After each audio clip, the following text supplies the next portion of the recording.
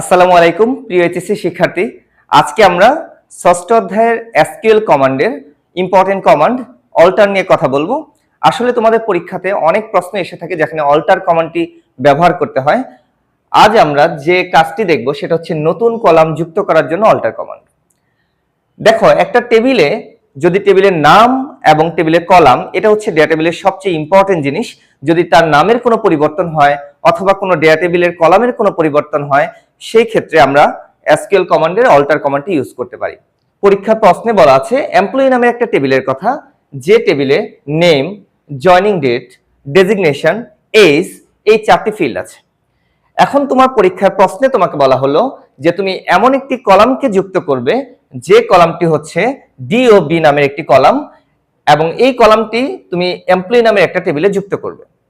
কোথায় যুক্ত করবে সেটা বলা নেই, শুধু জাস্ট বলা আছে তুমি যুক্ত করবে।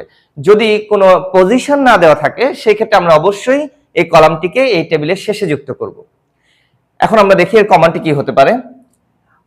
কমান্ডটি দেখো, অল্টার টেবিল, এটা হচ্ছে তোমার মূল কমান্ড অল্টার টেবিল, কারণ এটা পুরো টেবিলের উপর একটা এফেক্ট ফেলাচ্ছে, তার মানে এটা টেবিলে পরিবর্তন করছে।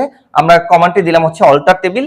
তুমি কোন কলাম, কোন টেবিলটিকে অল্টার করবে, কোন টেবিলটি পরিবর্তন করবে সেটা পরীক্ষার প্রশ্নে বলা আছে employee table.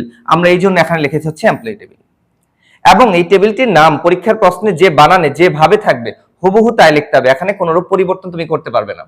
Alter table employee. এখন এই টেবিলের কি পরিবর্তন তোমার করতে বলেছে একটি কলামকে যুক্ত করতে, যে কলামটি হচ্ছে ডিওবি নামের কলাম। ডিওবি যার পূর্ণ নাম আমরা জানি সবাই যে ডেট অফ বার্থ, তাহলে আমরা যুক্ত করব, তার মানে অ্যাড করব।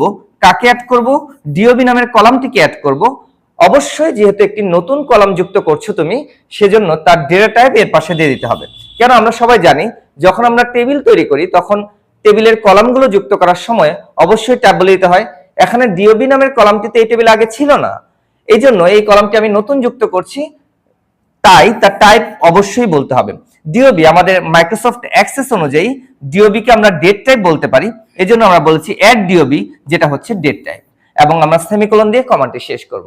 আশা করি তোমরা সবাই অল্টার কমান্ডটি বুঝতে পেরেছো কিভাবে নতুন কলাম যুক্ত করবে।